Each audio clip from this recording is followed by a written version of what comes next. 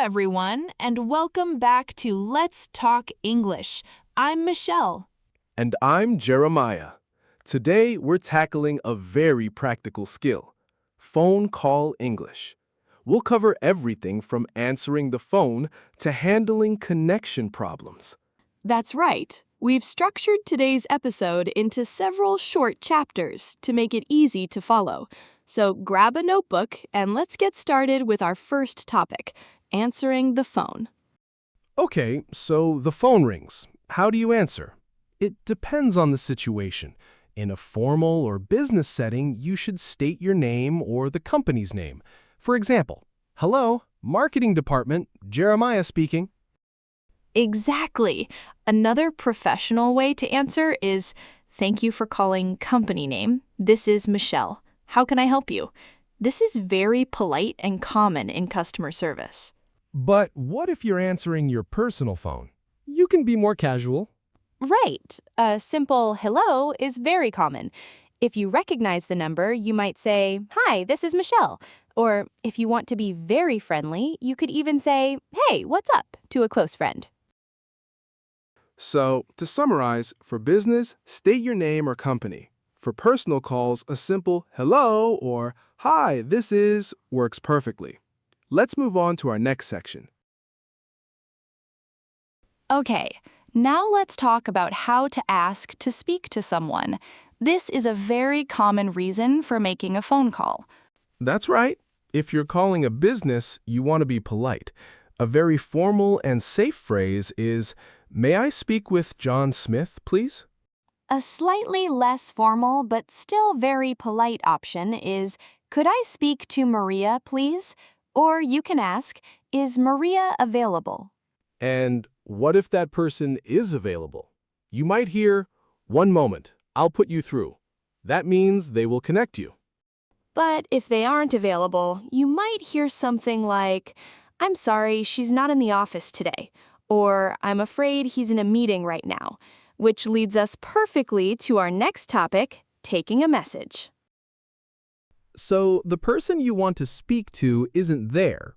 The person on the phone will likely offer to take a message. They'll say something like, "Can I take a message?" Or "Would you like to leave a message?" "Yes, please. Could you ask him to call me back?" Or, "Yes, please let her know that Michelle called. It's also a good idea to leave your phone number." Definitely. You might say, "My number is 555-1234. The person taking the message will then confirm by saying, "Okay, I'll let him know you called." Or, "Great, I'll give her the message." This is a very important skill, especially for work-related calls. It ensures that your call wasn't wasted. All right, now let's move on to another very common reason for a phone call, making an appointment. Whether it's for a doctor, a salon, or a business meeting, knowing the right phrases is key. That's right. The first step is to clearly state your purpose. You can say something direct and polite like, "Hello, I'd like to make an appointment, please." Or if you know who you need to see, "I'd like to make an appointment with Dr. Smith."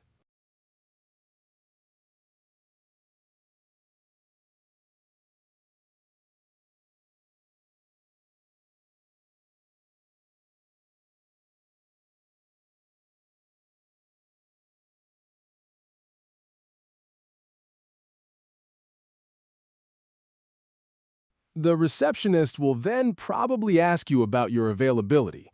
They might say, "When would you like to come in?" Or "What day works for you?"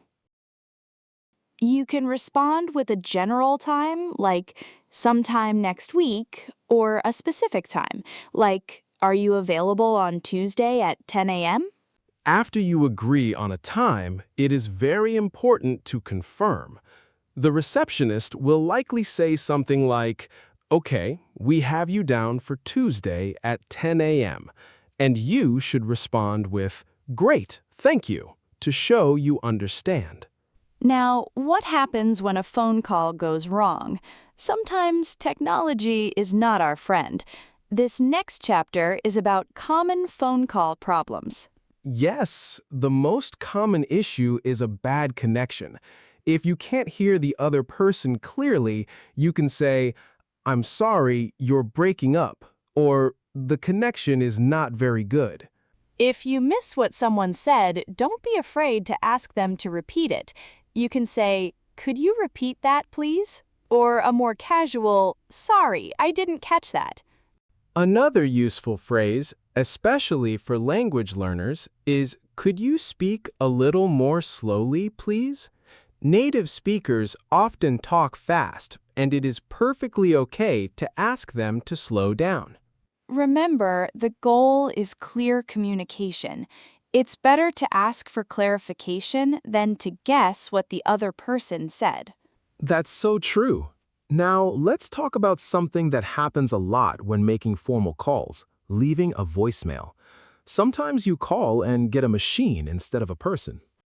Yes, and leaving a clear, effective voicemail is a real skill. You want to be brief, but give all the necessary information. A good voicemail has 4 key parts: your name, the reason for your call, your contact information, and a polite closing. Exactly. For example, a good voicemail might sound like this. "Hi, this is Jeremiah calling for Susan. I'm calling to confirm our meeting on Friday.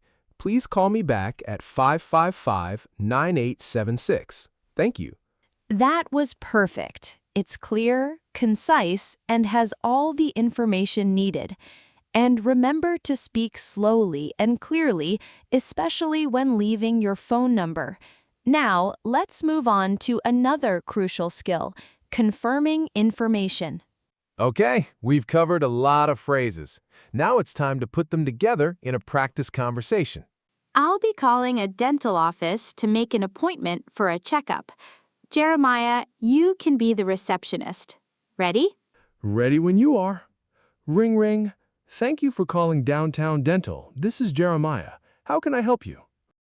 Hello, I'd like to make an appointment for a dental cleaning, please. Certainly. When would you like to come in? Do you have anything available next Wednesday? Let me check. Yes, we have an opening at 2 p.m. or 4:30 p.m. Oh, I'm sorry, you're breaking up a little. Could you repeat the second time, please? Of course. The second time is 4:30 p.m. Okay, 4:30 works for me. Great. Can I get your name, please? It's Michelle. All right, Michelle. We have you booked for next Wednesday at 4:30 p.m. We'll see you then. Perfect. Thanks so much for your help. You're welcome. Thanks for calling.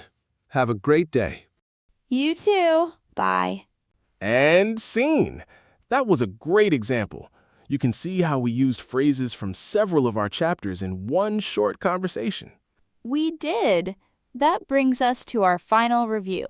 Let's quickly go over the key phrases one more time. May I speak with? Can I take a message? I'd like to make an appointment. You're breaking up. Could you repeat that, please? And to end the call politely, thanks for calling, or have a great day. The best way to get comfortable with these phrases is to practice them. Try role-playing with a friend or even just practicing by yourself. That's all the time we have for today's episode of Let's Talk English. We hope you feel more confident about making phone calls in English now. Thanks for listening, everyone. Join us next time. Bye for now.